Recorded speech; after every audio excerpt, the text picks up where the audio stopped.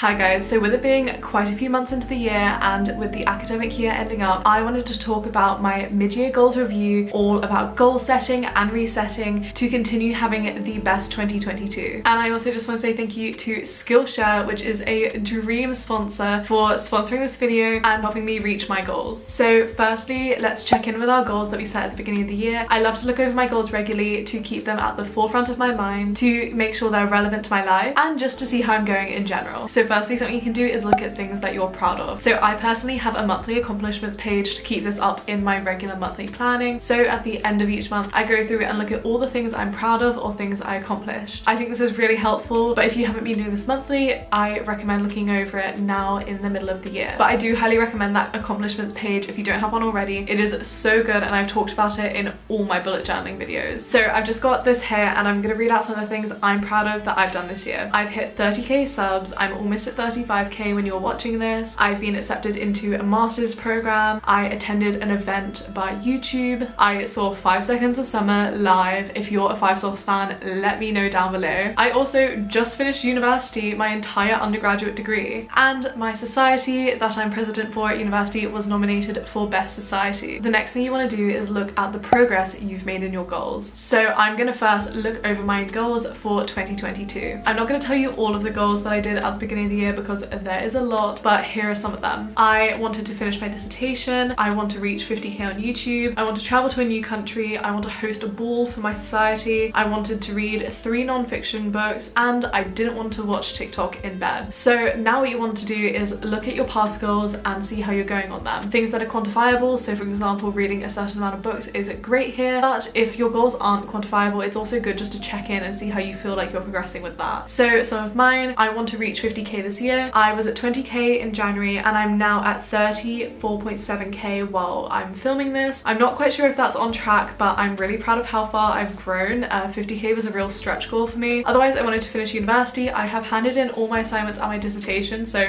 I'm done. And another of my goals was to read 40 books. I've currently read 13 books this year. I am 2 books behind schedule on Goodreads, but also it's been the academic season. I've been really busy and summer is usually a really high reading time for me, so hopefully, although I'm behind now, I will catch up. Another thing you should go through and check is see if any goals are already complete, and there might be goals on there that are no longer relevant to your life, so you might want to archive those. So speaking of reflecting on your goals, I've been taking Ali Abdul's productivity masterclass on Skillshare. He talks about reflective practice and how important it is, and he includes reflective journaling prompts in each of his classes. These prompts I have found help boost productivity and improve skills. He also discusses building a productive and balanced lifestyle, and this class has been perfect for me as I'm organizing and getting motivated in my life now that I'm out of university. I personally wanted to join Skillshare to explore and learn new skills now that I've gained this extra time after finishing university, and I also want to spend time discovering and exploring things that I'm interested in. Some of these things include productivity, social media, and writing, which are all topics of classes that you can find on Skillshare. So for those of you who don't know, Skillshare is an online learning community with thousands of classes for anyone who loves learning and wants to explore their creativity. It is a place to get inspired and learn so many new skills in so many different areas. You can find classes that match your skills and goals, and some things that I think you guys would be interested in are the bullet journaling classes, the crafting classes, and the well-being classes. Skillshare also has the benefit of being ad-free, so you can stay in the zone when you're exploring new skills. And they also have new premium classes launched every week, so there's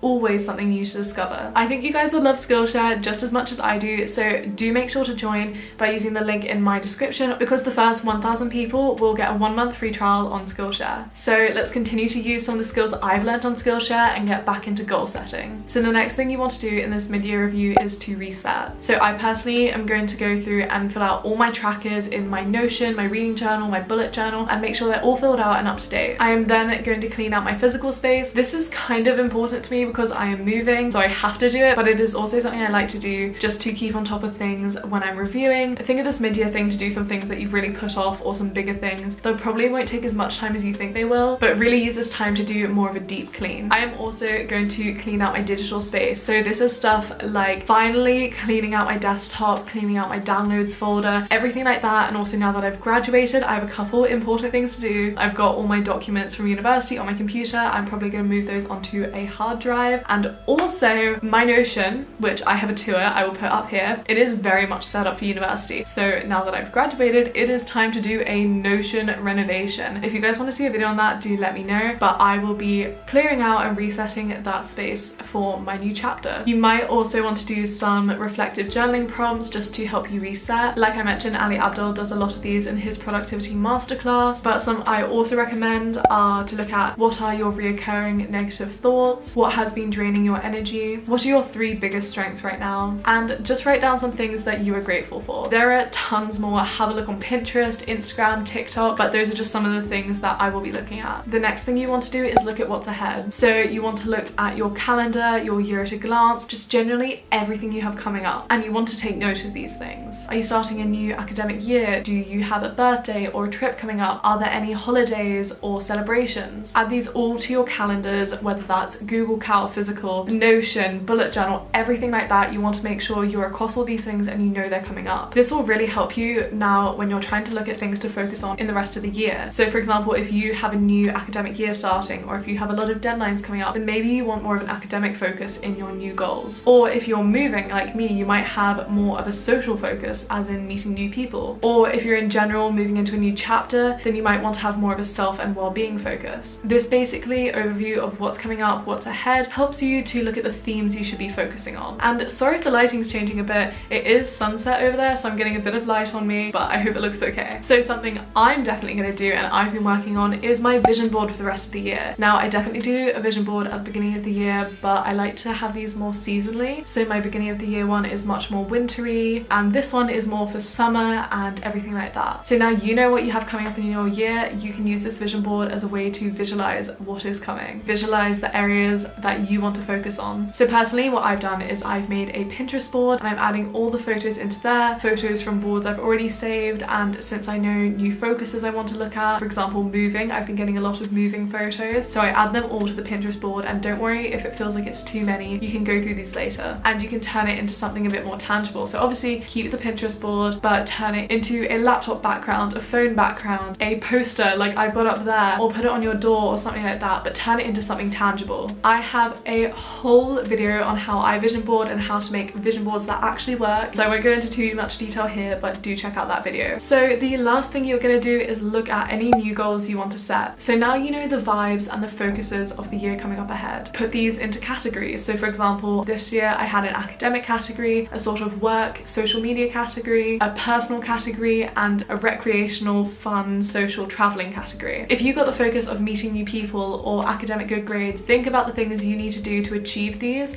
and those are basically your goals. It's that easy. Make them measurable, because it feels so much better when you can definitely say I have completed this and there is no ifs about it. Make them realistic as well. There is a fine balance, because you need to first of all believe in yourself and you can do these things, but also don't do things that aren't relevant to you or that you don't really think you're going to achieve. With mid-year goals, you have so much information because you already know how you've been doing this year. So how are things going? Are some of the original goals a bit too hard or a bit too ambitious? Maybe if you wanted to read 40 books this year but you're getting a bit busy, cut it down to 30, and this can be sort of a new or updated goal. And now you should look at what goals need to be expanded. So are you getting really close to finishing a goal? Like I said with reading, if you said 40 books, are you already at 35? Then maybe you want to extend that goal a bit or make it a bit more lengthy. Also, you might have already completed some goals, like I said back in the review section. Are you happy with where you've completed? For example, with finishing university, I'm happy with that and I don't need to add another goal. But if you've already met your goal of say doing 1 workout a week, maybe you want to extend that to 2 workouts. And with the new months and maybe new chapters in your life, are there new goals that are more relevant to you? For example, with graduating, a lot of my goals were academic, but now I want to have more of a self and social focus, so I can add some more self and social goals. And also look at the goals you're still working towards. These are important to consider, and you might, like I said, want to update them or just word them better to be more relevant to your life. These are your goals. You've done the mid-year reset, you've done the mid-year review, you've seen what you've been doing, how you're going, and things you want to focus on next. Visualize it, vision board it, and comment one of your goals down below, because I want to know what we're all working towards. If you did like this video, please do like and please do subscribe. I've got lots of new exciting things coming, and I hope to see you next time.